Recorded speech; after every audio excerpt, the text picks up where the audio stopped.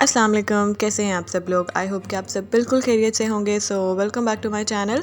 तो आज की जो वीडियो है मैं इसमें आपके साथ शेयर करने वाली हूँ 10 टाइम सेविंग टिप्स जो कि आपको किचन में बहुत ज़्यादा आपके लिए यूज़फुल रहेंगी। और वीडियो को एंड तक देखिएगा। पसंद आए वीडियो तो लाइक एंड सब्सक्राइब ज़रूर कर दीजिएगा। तो चलें वीडियो को स्टार्ट करते हैं। तो टिप नंबर 1 में आता है फ्रिज की क्लीनिंग, जो कि हम लोग मोस्टली 3-4 मंथ्स के बाद करते हैं और कुछ टाइम ज़्यादा के बाद भी कर लेते हैं। लेकिन फ्रिज की फिर डीप क्लीनिंग जो होती है ना, वो बहुत ज़्यादा टाइम टेकिंग प्रोसेस होता है। इंसान थक भी जाता है और जिस दिन ये काम हम छेड़ लेते हैं ना, तो फिर उस दिन कोई कुकिंग वगैरह करने को या किचन का कोई और काम करने को दिल बिल्कुल नहीं चाहता। तो बहुत मुश्किल हो जाता है, या फिर वो खाना पकाना जो बाकी लंच टाइम है, डिनर टाइम है, वो बहुत ज़्यादा लेट भी हो जाता है। तो इसकी टिप ये है कि अगर आप फ्रिज की क्लीनिंग जो है ना, वो अपने डिवाइड कर लें। किसी दिन आप उसका डोर जो है वो आप साफ़ कर लें, किसी दिन आप उसका जो वेजिटेबल वाला एरिया है, वेजिटेबल बॉक्स वाला एरिया, वो क्लीन कर लें, या बाकी का जो फ्रिज है वो साफ़ कर लें, या फिर किसी दिन अगर आप सिर्फ जो उसका फ्रीज़र है उसको क्लीन कर लें, तो बहुत ज़्यादा टाइम बच जाता है। और क्लीन करने के बाद ना आपको फील भी नहीं होता कि आपने कोई बहुत ज़्यादा काम किया है। और इस तरह से ये है कि आपका टाइम भी बच जाता है। आप लोग को अगर कोई कुकिंग करनी है तो वो भी साथ साथ चल रही होती है। और थोड़ा थोड़ा काम करने के बाद ना जो है कुछ दिन बाद, मतलब 3-4 दिन के बाद, आपका फ्रिज जो है वो फुल क्लीन भी हो चुका होता है। तो अगर थोड़ी थोड़ी क्लीनिंग हम लोग साथ साथ करते रहे ना, तो फिर इसकी डीप क्लीनिंग जो है ना, वो आपको साल में एक दफ़ा या साल में 2 दफ़ा ही करनी पड़ती है। बार बार आपको 2-3 मंथ्स के बाद इसको ध्यान नहीं देना पड़ता। तो नेक्स्ट टिप जो है वो ग्रॉसरी से रिलेटेड है कि हम लोग जब भी कोई शॉपिंग करते हैं ग्रॉसरी की, और बहुत ज़्यादा सामान जो है वो हम लोग ले आते हैं, तो रात के टाइम अक्सर इस तरह की शॉपिंग करते हैं। तो फिर नेक्स्ट डे ही मॉर्निंग में इसको सेट करते हैं, अरेंज करते हैं। लेकिन अगर आप लोग कोशिश करें तो इस सारे शॉपिंग को ना, अगर आप लोग नेक्स्ट 24 आवर्स के अंदर अंदर ही इसको समेट लें, ताकि ज़्यादा आपको जो है ना कुकिंग टाइम में इसको फिर अगर समेटना पड़ेगा तो फिर आपके लिए वो बहुत ज़्यादा टाइम टेकिंग प्रोसेस बन जाता है। तो अगर आप लोग जैसी ग्रॉसरी आती है उस टाइम पे नहीं, तो चलें 2-4 घंटे के बाद या नेक्स्ट डे मॉर्निंग में ही, अर्ली मॉर्निंग, अगर आप लोग उनको अरेंज करते हैं, उनको ऑर्गेनाइज कर दें। इसके अलावा जो जार्स बिल्कुल खाली हो रहे होते हैं, क्योंकि हम शॉपिंग करके आते हैं ना, तो अक्सर जार्स जो हैं वो बिल्कुल खाली होना शुरू हो जाते हैं। स्पाइस जार्स होते हैं, इसके अलावा और भी बहुत सी चीज़ों के, उनको भी रीफ़िल कर लें। इसके अलावा जो चीज़ें, जैसे मैं यहाँ पे साबुत धनिया और ज़ीरा जो है मैं घर में जो है उसको भून के पीसती हूँ। इसके अलावा काली मिर्च का पाउडर जो है मैं खुद उसको ग्राइंड करती हूँ। इसके अलावा जो साबुत गरम मसाला होता है उसको भी मैं घर में खुद ही भून के और उसको पीसती हूँ। तो इस तरह से जो चीज़ें आपको रिक्वायर हो, आप उनकी भी भुनाई करके साथ साथ उनको भी पीस लें, ताकि जब आप कुकिंग कर रहे हो तो आपके पास ऐसा ना हो कि धनिया कम है या फिर ज़ीरा कम है। अगर ये भी आपको फिर भुनाई करनी पड़ेगी और इनको ग्राइंड करना पड़ेगा, तो कुकिंग टाइम जो है ना वो काफ़ी ज़्यादा लंबा हो जाएगा। और इसी तरह से खाना पकाते वक्त अगर कोई जार जो है वो हमें खाली मिल जाए, तो हमें होता है कि हम पहले उन जार्स को रीफ़िल कर लें। फिर वो काम जो है वो कुकिंग का वहीं रुक जाता है और तो हम लोग जो है वो दूसरे कामों पे लग जाते हैं। तो उस तरह से भी काफ़ी ज़्यादा टाइम जो है ना वो वेस्ट हो जाता है। तो आप लोग अगर जार्स को भी रीफ़िल साथ साथ कर लें, इसके अलावा जो चीज़ें आपको उस टाइम पे ग्राइंड करनी है या पैकेट्स ओपन करने हैं, वो सारे काम जो है ग्रॉसरी के आने के 2-3 घंटे के बाद ही कर लें, या फिर अर्ली मॉर्निंग कर लें, ताकि ज़्यादा आपको काम का बर्डन फ़ील ना हो। तो ये भी एक बहुत अच्छी जो है ना टाइम सेविंग टिप थी, जो कि आप लोग यूज़ कर सकते हैं। तो ज़रूर इसको यूज़ कीजिएगा। और साथ साथ अगर आपको वीडियो मेरी आज की पसंद आ रही हो तो वीडियो को लाइक कर दीजिएगा, और चैनल पे अगर आप मेरे फर्स्ट टाइम आए तो चैनल को ज़रूर सब्सक्राइब कर दीजिएगा।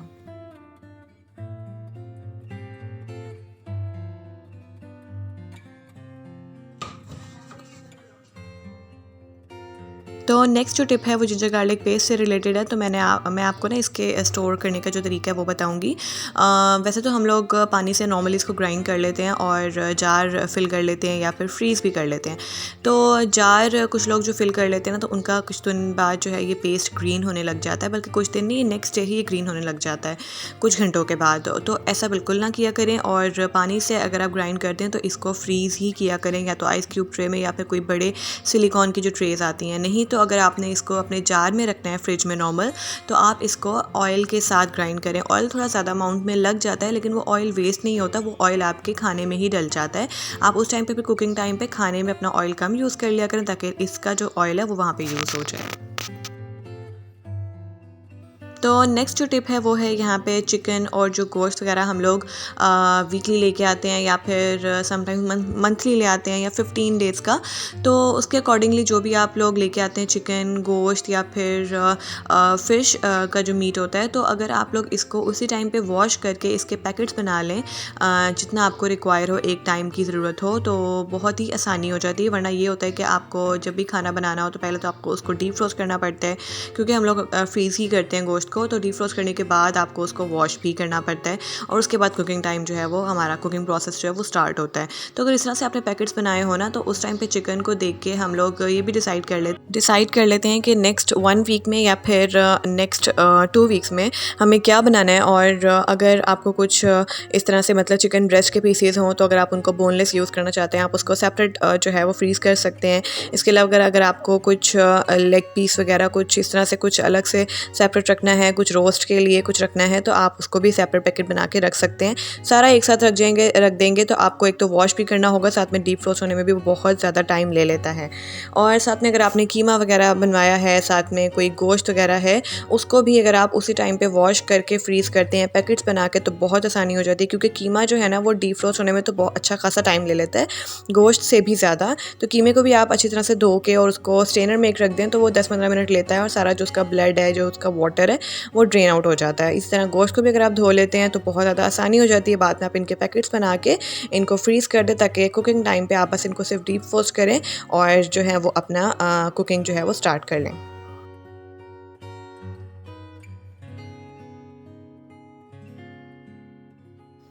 नेक्स्ट जो टिप है वो कटिंग एंड चॉपिंग से रिलेटेड है, जो कि बहुत ही इंपॉर्टेंट होता है हमारे कुकिंग प्रोसेस में। और कटिंग एंड चॉपिंग ना काफ़ी ज़्यादा अच्छा खासा टाइम ले लेता है।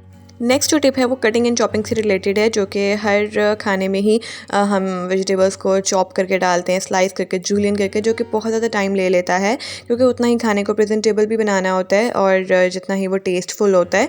तो बस यहाँ पे जब तक आप लोग उसको आराम से बैठ के चॉप करते हैं, कट करते हैं, तो वो बहुत ज़्यादा टाइम ले लेता है। बाद में हम कुकिंग स्टार्ट करते हैं, तो इससे बेहतर होता है कि आप लोग जब उसको चॉप कर रहे हो प्याज को, या स्लाइस कर रहे हो या जूलियन कर रहे हो, आप उसको ऑयल में ब्राउन होने डाल दें। तब तक आप यहाँ पे टमाटर कट कर लें। आप देख सकते हो मैंने यहाँ पे धनिया भी चॉप कर लिया है, साथ में क्लीनिंग भी हो रही है। जिंजर गार्लिक पेस्ट मैंने बनाया होता है तो वो मैंने यहाँ पे कीमे में इस वक्त डाल चुकी हूँ। और जब तक यहाँ पे कीमा जो है वो कलर चेंज करेगा, तो मैंने साथ में जो शिमला मिर्च ली हुई है मैं वो कट कर लूँगी। तो अगर आप लोग कुकिंग के साथ साथ अगर वेजिटेबल्स को कट करते हैं ना, तो इतना ज़्यादा टाइम कुकिंग में नहीं लगता। और इसी के साथ ही नेक्स्ट टिप ये है कि अगर आप लोग कुकिंग में प्रेशर कुकर का इस्तेमाल ज़्यादा करते हैं, तो कुकिंग प्रोसेस भी जल्दी हो जाता है और इसके साथ साथ ज़्यादा टाइम भी नहीं लगता, टाइम सेव हो जाता है काफ़ी ज़्यादा। तो मैं यहाँ पे इस वक्त कीमा शिमला मिर्च बना रही हूँ। दोनों ही चीज़ें बहुत जल्दी गल जाती हैं, कीमा भी और शिमला मिर्च तो वैसे ही बहुत जल्दी गल जाती है। तो लेकिन मैं फिर भी जो है वो प्रेशर कुकर यूज़ कर रही हूँ, क्योंकि मैं डेली बेसिस पे इसका यूज़ करती हूँ। थोड़ा सा ये होता है कि आपको सेफ्टी मेजर्स का ख्याल रखना पड़ता है, लेकिन अगर आप इन चीज़ों का ख्याल रखेंगे और डेली बेसिस में कुकर को यूज़ करते हैं अपने खानों में, तो ये है कि खाना भी जल्दी बन जाता है, जो कुकिंग प्रोसेस है वो जल्दी हो जाता है। इसके अलावा जो टाइम है वो ज़्यादा बच भी जाता है आपके पास। और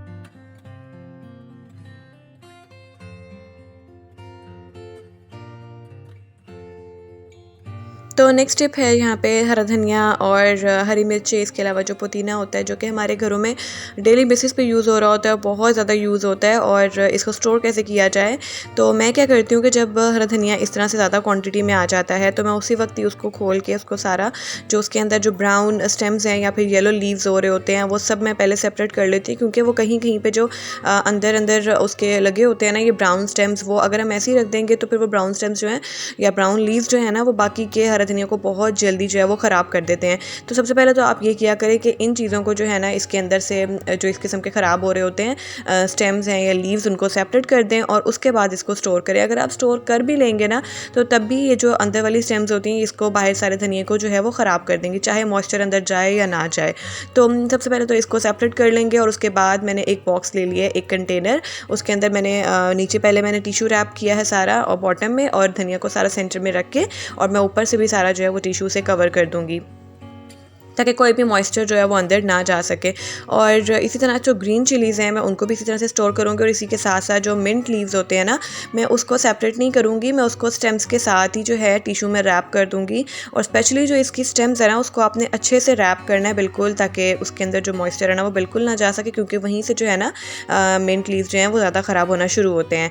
साथ ही जो यहाँ पे ग्रीन चिलीज़ हैं मैं इनको भी सेव कर लूँगी। तो मैंने यहाँ पे क्या किया, इनकी स्टेम्स को सेपरेट कर दिए। अगर आप चाहें तो इनको वॉश भी करके रख सकते हैं, लेकिन फिर आपको ड्राई करने में बहुत सा टाइम लगेगा। तो मैं यहाँ पे इनको वॉश नहीं करती हूँ, मैं ऐसे ही इनको, क्योंकि जब बाहर से आता है तो हल्का सा इनके अंदर मॉइस्चर होता है, तो मैंने टिशू से हल्का सा रैप कर दिया है ताकि जो है वो मॉइस्चर वो एब्जॉर्ब कर ले। इसके अलावा जो इसका लिड है उसको भी आपने अच्छे से ड्राई करके इसको कवर कर देना है। तो ये हरी मिर्चें आपकी काफ़ी ज़्यादा है ना 2 वीक्स तक आराम से जो है वो बिल्कुल सेफ़ रहेंगी।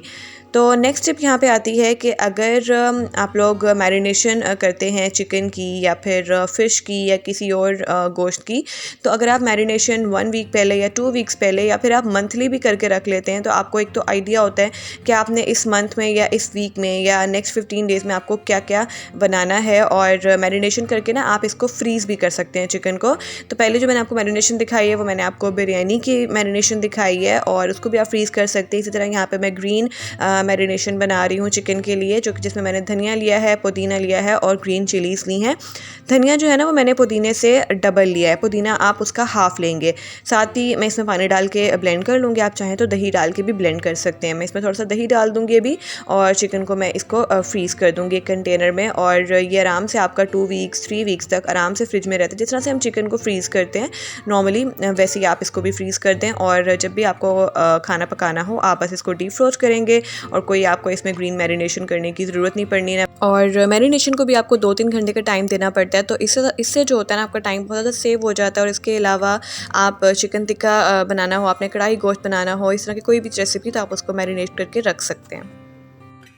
तो नेक्स्ट टिप जो है ना वो यहाँ पे है अनियन टमाटो का जो करी पेस्ट होता है उसको आप स्टोर कैसे कर सकते हो। तो मैंने यहाँ पे क्या किया है, प्याज को ब्राउन कर लिया है, साथ में मैंने टमाटर को रफली चॉप कर लिया है, और बड़े बड़े मैंने चंक्स ही काटे हैं उसके, क्योंकि बाद में इसने ब्लेंड हो जाना है। साथ में मैंने ज़ीरा साबुत ले लिया है इसमें 1 टीस्पून, साथ में मैंने धनिया ले लिया है, मैंने धनिया पाउडर लिया, आप चाहें तो इसमें साबुत भी ले सकते हैं 1 टेबल स्पून। तो बस मैं इन चीज़ों को डाल दूँगी एक ब्लेंडर में और ब्लेंड कर लूँगी अच्छे से। और इसमें आपको थोड़ा सा बस पानी डालना है, ज़्यादा पानी नहीं डालना कि वो बिल्कुल लिक्विडी सा एक बन जाए, फ्लोई सा। थोड़ा सा आपको थिक पेस्ट ही रखना है। अगर आपको मुश्किल हो तो आप स्पून से इसको थोड़ा सा हिला सकते हो ताकि वो इजीली जो है वो ब्लेंड हो जाए। अच्छा, यहाँ पे जो प्याज और टमाटर की क्वांटिटी है ना वो आपने इस तरह से रखनी है कि प्याज आपने टमाटर से हाफ़ लेने हैं, टमाटर आपने प्याज से डबल कर देने हैं। क्योंकि अगर आप लोग प्याज को ज़्यादा ले लोगे ना, तो जो आपका खाना है जिसमें आप इसको ये करी को यूज़ करोगे पेस्ट को, तो वो जो है ना मीठा बनेगा। तो आप यहाँ पे देख सकते हो मैंने ब्लेंड कर लिया थोड़े से पानी के साथ, और कितना अच्छा थिक सा पेस्ट बन गया है। और जिस प्याज से मैंने ऑयल को फ्राई किया था आप देख सकते थे अभी बॉल में आपको नज़र आया था, तो वो भी आप किसी भी खाने में किसी भी चीज़ में यूज़ कर सकते हो, उसमें कोई प्याज का फ्लेवर वगैरह नहीं आता। तो यहाँ पे आप देख सकते हो इस पेस्ट में जो थोड़ा सा ये लिक्विड है ना, ये जो हमने प्याज को जो मतलब ब्राउन किया है जैसे ऑयल में, थोड़ा वो है, साथ में जो हमने पानी यूज़ किया है ब्लेंड करते हुए। तो आप इसको ना आपको लैदा करने की ज़रूरत नहीं, इसके साथ ही आप इसको फ्रीज़ करोगे। और जब आप इसको कुकिंग में पेस्ट को यूज़ करोगे ना, तो ये पानी जो है वो कुकिंग टाइम पे आराम से जो है वो ड्राई हो जाएगा, और उसके बाद जो इसकी बुनाई हो जाएगी। तो नेक्स्ट यहाँ पे टिप है कि आपको जब भी खाना पकाना होता है तो आपको बहुत सारे स्पाइसेस चाहिए होते हैं, बहुत सारे जार्स एक एक करके आपको कैबिनेट से निकालने पड़ते हैं। तो इस तरह से अगर आप किसी बास्केट का यूज़ कर लेते हैं जिसमें आप सारे जो जार्स हैं वो एक साथ रख लें, तो आपको बार बार एक एक जार ऊपर से उतारना नहीं पड़ता। बहुत ज़्यादा ये हैंडी रहता है, और जार जो होता है वो स्लिप होने का हाथ से डर नहीं होता। इसके अलावा टाइम भी बहुत ज़्यादा सेव हो जाता है, और एक ही दफ़ा बास्केट उतार के आप सारे जो है स्पाइसेस वो इसमें डाल सकते हो। मैं इस वक्त यहाँ पर साबुत गरम मसाले डाल रही हूँ क्योंकि मैंने उनके लिए जार्स यूज़ किए हुए हैं। और स्पाइसेस भी अगर आपको यूज़ कर रहे हो तो वो भी आप इस तरह से किसी बास्केट में डाल सकते हो। अगर बास्केट नहीं तो आपके स्टोव के पास जो एक कोई ड्रॉअर हो तो आप उसमें भी अपने स्पाइस जार्स जो हैं वो डाल सकते हो, ताकि इजीली जो है वो आप कुकिंग कर सको, टाइम भी सेव हो जाए। सो आई होप कि आपको आज की वीडियो जो वो बहुत ज़्यादा यूज़फुल लगी होगी, और अगर पसंद आई हो तो वीडियो को लाइक कर दीजिएगा और चैनल को ज़रूर सब्सक्राइब कर दीजिएगा। तो वीडियो को यहाँ पे एंड करती हूँ, इंशाल्लाह मिलेंगे नेक्स्ट वीडियो में। तब तक के लिए अपना बहुत सारा ख्याल रखिएगा। अल्लाह हाफ़िज़।